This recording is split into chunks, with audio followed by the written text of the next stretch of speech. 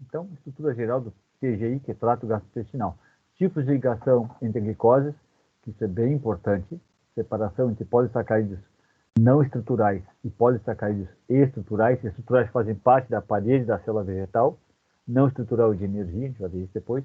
O TGI de carnívoros, herbívoros, onívoros, que são os animais que se alimentam de produtos de origem animal e vegetal.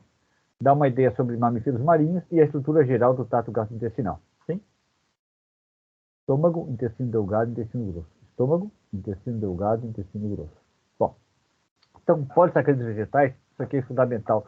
Vocês têm em cima, naquele retângulo de borda preta à direita, dois tipos de glicose. É a mesma glicose, porém com configuração diferente.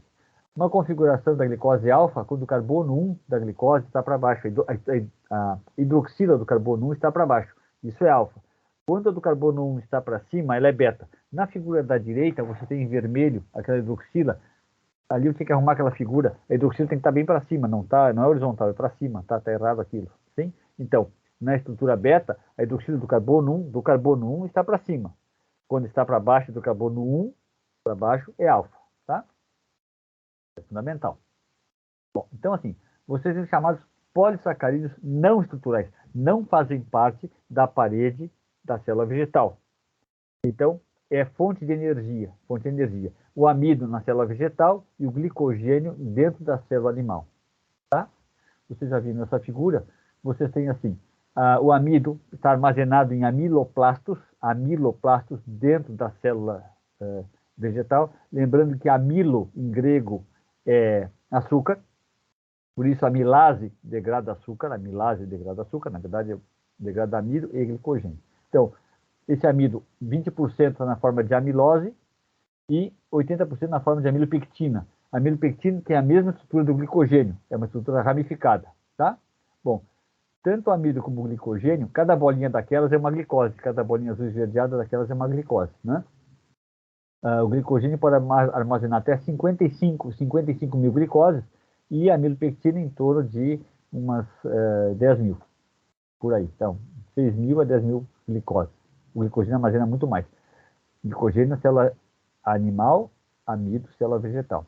Quais são os tipos de ligação? Sempre vai ser ligação alfa, naquele retângulo de borda amarela, de fundo amarelo, bem à direita, no meio da figura, ligação alfa 1,4, ligação alfa 1,6. Sempre alfa. Qual é alfa? Hidroxila do carbono 1 está para baixo. Carbono 1 está para baixo, obrigatoriamente. Então, ali vocês têm a ligação alfa 1,4 entre o carbono 1 e o carbono 4. A estrutura espacial é esta, sim. E a porção ramificada, alfa 1,6, é entre o carbono 6 de uma glicose e o carbono 1 de outra glicose, tá? Tu acrescenta água, tu refaz as hidroxilas. Tu acrescentando água, aquela seta vermelha mostrando ali à direita, tu acrescenta água e refaz as hidroxilas, separa aquela porção ramificada. Bom, então, polissacarídeos são polissacarídeos, vários açúcares unidos. O não estrutural não é a glicose beta, só a glicose alfa. Muito bem. Ali, aquele círculo vermelho mostrando, então, a estrutura da ligação, a estrutura espacial da ligação alfa 1,4 e depois ali a beta à direita. O polissacarídeo estrutural, você tem a celulose, a hemicelulose e a pectina. O que são? São açúcares compostos por diferentes unidades que fazem parte da parede celular. Então, para lisar, quebrar a celulose, a hemicelulose e a pectina, precisa de micro-organismos, bactérias, protozoários e fungos. Apenas esses seres, bactérias, protozoários e o multicelular seria fungo, é o único, né? Bactéria e protozoário é unicelular, que tem as enzimas para degradar celulose, hemicelulose e pectina. Então, assim, os herbívoros, assim como o porquinho, né? Eles têm que ter em algum lugar do tubo digestivo locais para abrigar esses micro-organismos. Porque se não quebrar a parede celular vegetal, na célula não vai ter as enzimas do tubo digestivo, não tem acesso ao interior dessa parede vegetal. Tá bem? Porque a celulose, a hemicelulose e a pectina formam uma estrutura rígida na parede de proteção. Então, no caso ali, a primeira seta em cima, a celulose, ela é formada por unidades de glicose, até 3 mil glicoses, ela é filamentar, ela é horizontal, né? Não tem ramificação. Ligação beta 1,4. Sim? Aquele retângulo de borda vermelha mostra a configuração espacial. É uma coisa assim, ó. A configuração espacial, ela é assim. Diferente do amido do glicogênio, alfa 1,4, a beta 1,4 é assim, ó. Então, apenas micro-organismos têm a celulase, enzima celulase, micro-organismos, bactérias, principalmente bactérias, protozoários de fungos que cortam essa ligação, acrescentam água e refazem as hidroxilas, tá? Bom, depois nós vamos ver, no devido momento, o que é a hemicelulose e a pectina, tá? No estado dos ruminantes. Então, os polissacarídeos estruturais são degradados apenas por micro-organismos. Mostrei ali, bactérias, protozoários e fungos, tá? São chamados ficomicetos. Tem fungos dentro do rumen. Existem fungos dentro do rumen. Bom, apenas micro-organismos é que tem a celulase, hemicelulase e pectinase. Que degradam celulose, hemicelulose e pectina. A hemicelulose não é formada por glicose. A glicose são 6 carbonos. 6 carbonos. A hemicelulose é formada por xilose, com X, xilose, 5 carbonos. Tem um carbono a menos que a glicose. A glicose tem 6, xilose tem 5. A hemicelulose é formada por unidades de xilose. Sim? Tanto é que em vez de hemicelulase, o pessoal diz xilanase. O nome da enzima é xilanase, mais que hemicelulase. É a mesma enzima que separa as unidades de xilose com X. Pectina é formada por unidades de ácido galacturônico. É a galactose com carboxila. Ácido galacturônico, o radical ácido da química orgânica é COOH. No carbono 6, eu tenho um COH, em vez de um CH2OH. Em vez de um CH2OH, no carbono 6, eu tenho, da galactose, eu tenho um COH. Ácido galacturônico. Essa é a pectina. Pectinase vai separar, então, os ácidos galacturônicos em unidades, né? Suas próprias unidades. Bom, então, assim, última setinha lá embaixo. No TGI, trato gastrointestinal, localiza os herbívoros monogástricos e onívoros, porquinho, você tem um seco e um intestino grosso. Humanos, nós não temos micro-organismos que degradem celulose, nem hemicelulose, nem pectina. Não temos. Acho eu que quando a gente era na época do Uga-Uga, lá na pré-história, nós tínhamos essas bactérias, porque o sujeito, o primata, comia o que tinha, o que podia, e se perdeu durante a evolução. Isso é uma axiologia minha, né? Tínhamos esses micro-organismos e se perdeu com a evolução. Nós não temos bactérias, temos micro-organismos, mas não que degradem polissacarídeos estruturais. Isso nós não temos. Os humanos, tá? O orangotango, gorila, chimpanzé tem. Bom, os herbívoros poligástricos, os ruminantes, os pseudo-ruminantes são chamados camelídeos. Camelo, dromedário, lhama, guanaco, alpaca, vicunha. Camelo, dromedário, lhama, guanaco, alpaca e vicunha. Sim?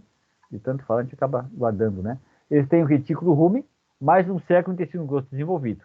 Então, o rumen, retículo, e mais o seco intestino grosso desenvolvido. Pseudo-ruminantes não se fala em rumen, se fala em cavidade A. Cavidade A, não se fala em rumen, é cavidade A, pseudo-ruminantes. Bom, até aqui está bem? Então, o tubo digestivo vai ser adaptado ao tipo de alimento que o bicho ingere. Então, esta é a marta, é um animal carnívoro, extremamente agressivo, né? Ele se alimenta principalmente de roedores. Nota que vocês não têm seco ali. Vocês não têm seco. Tem intestino intestino delgado relativamente curto, mas isso não é importante. O importante é que o intestino grosso ele é curtíssimo e não tem seco. Se vocês olharem o próximo, que é o cão, o gatinho, cão à esquerda e gato à direita, tem um apêndice secal, não é desenvolvido, e o intestino grosso ele não tem saculação. Ele não tem saculação.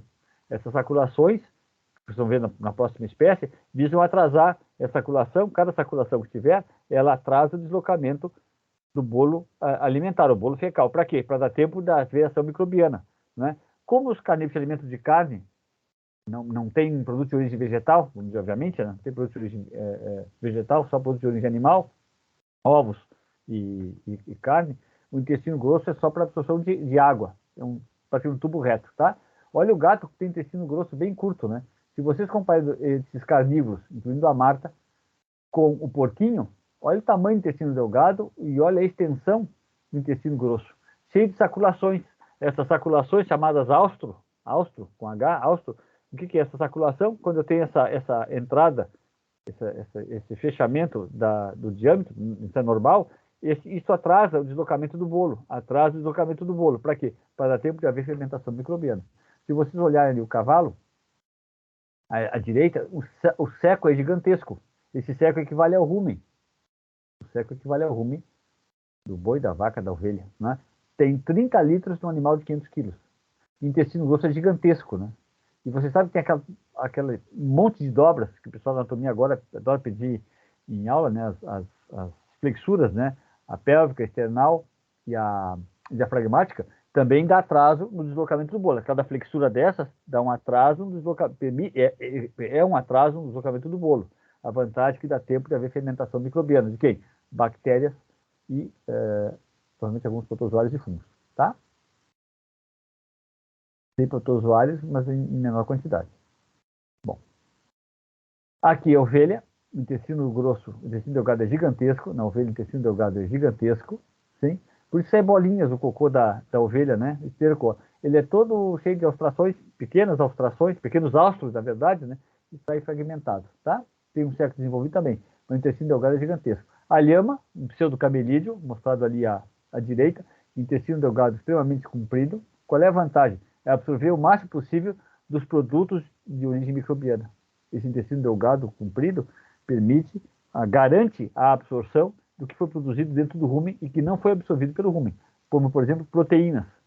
Proteínas geradas pelas bactérias, depois são liberadas como aminoácidos, vão ser absorvidas a nível do intestino delgado. Tá bem? Alguns açúcares que escapam da ação microbiana também são absorvidos no intestino delgado. É gigantesco na ovelha e no pseudo-ruminantes, né? No intestino delgado, tá? Nós também temos sexo desenvolvido. Esse é o famoso orangotango, que se encontra na ilha de Sumatra, né? Está perdendo seu habitat, estão cortando árvores lá, o bicho está meio... Tá difícil de ele se locomover, porque ele é um animal arborícola, sempre em árvores. Você tem uma espécie de apêndice secal, né? Com o intestino grosso também desenvolvido, que se alimenta de...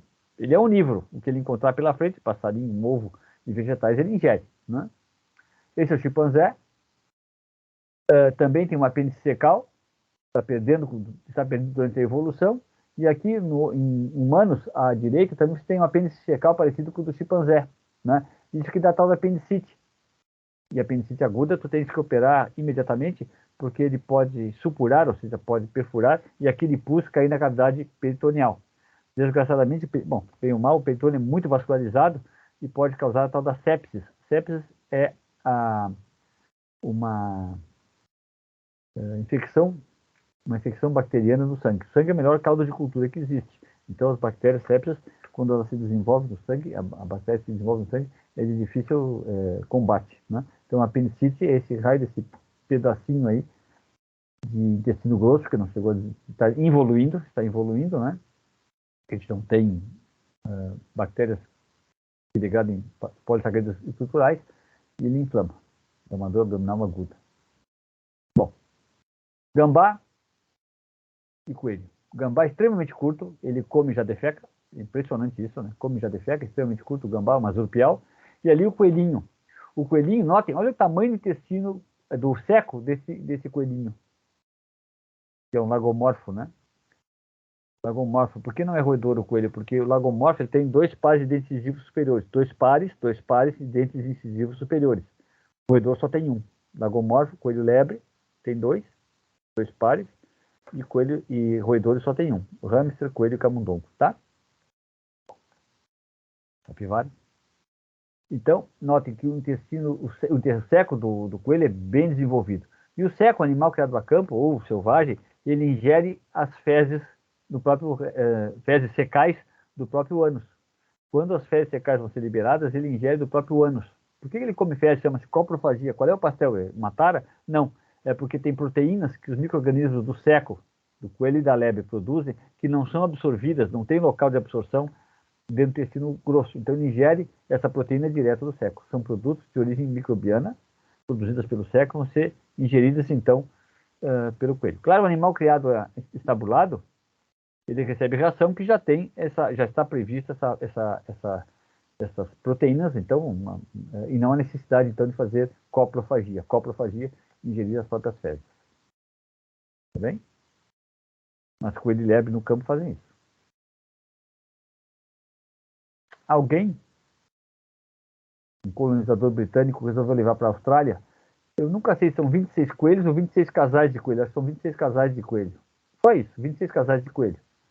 Na Austrália, o coelho não tem predador. O dingo, que é o cão selvagem, não é capaz de liquidar com os coelhos. Tem também as aves de rapina não são tantas como na Europa. Resultado, os coelhos se tornaram uma praga. Se vocês entrarem no YouTube, vocês vejam a invasão dos coelhos em hortas dos australianos. É uma massa de coelhos, graças a esse britânico que resolveu levar coelho para a Austrália, que não tinha, uma massa de coelhos que devasta a plantação, virou uma praga. Mesma coisa gatinho, não tinha gato, o gato se multiplicou tremendamente lá na Austrália. Bom, esse aqui é o golfinho, não tem intestino grosso. O intestino delgado, nenhuma escama de sardinha escapa desse bicho, porque ela vai ser absorvida ao longo desse intestino delgado, gigantesco, tá? Golfinho. Aqui o cachalote tem um pequeno intestino grosso também, o intestino delgado é gigantesco, né? Para absorver o máximo possível, digerir e absorver o máximo possível do alimento que ele ingere, tá? Cachalote. Rinoceronte, eu achei que era ruminante, não é. Rinoceronte é monogástrico, um só estômago, rinoceronte. E ele tem um seco bem avantajado, ó, um mini rumen. Já que é um animal herbívoro, o mini rumen, tá? Bom, qual é a estrutura geral do trato gastrointestinal? Para terminar. Estômago, intestino delgado, intestino grosso. Estômago, intestino delgado, intestino grosso. Então, você tem um corte transversal de um tubo, campo de intestino delgado. O que vocês veem ali?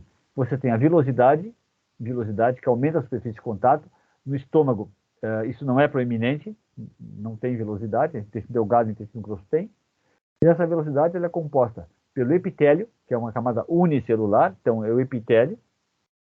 Sustentando esse epitélio, eu tenho a lâmina própria, vamos ver depois essa lâmina própria, tecido conjuntivo, que tem vascularização importante para receber o material absorvido, e depois a muscular da mucosa, que é tecido músculo liso, de função ainda não bem determinada. Não se sabe bem a função dessa muscular da mucosa ainda. Epitélio, lâmina própria, muscular da mucosa, à direita é a mucosa. Se eu tenho mucosa, eu vou ter uma submucosa, que é o tecido conjuntivo maior, onde eu tenho os grandes vasos, as artérias, as veias se encontram nessa submucosa. Sim? Das artérias se originam os capilares que vão para a lâmina própria. A lâmina própria tu vai ter, então, capilares. Não vai ter grandes artérias nem grandes veias, porque elas não cabem ali. Vão se encontrar na submucosa. Depois, a muscular externosamente muscular, que é músculo liso, em duas camadas, a interna e circular e a externa longitudinal. O estômago tem uma mais interna ainda, que é a oblíqua. Então, no estômago seria músculo oblíquo, no estômago. Ou abomácio, igual. O abomácio é um estômago verdadeiro de ruminantes, pseudo-ruminantes. Camada oblíqua, a circular e depois a longitudinal. Oblíqua, circular e longitudinal, tá? Intestino delgado, intestino grosso, somente circular e músculo longitudinal. Os plexos, vocês vão ver depois na próxima aula, os plexos são corpos neuronais. Existem corpos neuronais na parede do trato gastrointestinal. Estômago, intestino delgado e intestino grosso. Plexos, vocês têm o mioentérico entre as duas camadas de músculo e o submucoso entre a mucosa, a submucosa e a primeira camada de músculo. Pode ser o oblíquo, no caso do estômago, ou músculo circular, intestino delgado e intestino grosso. O plexo mioentérico cuida da motilidade, inibindo ou ativando, ou causando contração dessa musculatura, e o submucoso, ele cuida, vamos dizer assim, o regula o que acontece a nível de submucosa e mucosa. Submucosa. São centros neuronais bem importantes, tá? A gente vai ver isso na próxima aula. Depois tem uma glândula e tem nódulo linfático, lembrando que o intestino delgado está recebendo o corpo estranho, que é o alimento, né? Então tem nódulo linfático para garantir a defesa imunitária do tubo digestivo. Muito bem. Alguma dúvida? Tranquilo? Então tá. Eu vou parar a gravação. Então essa é a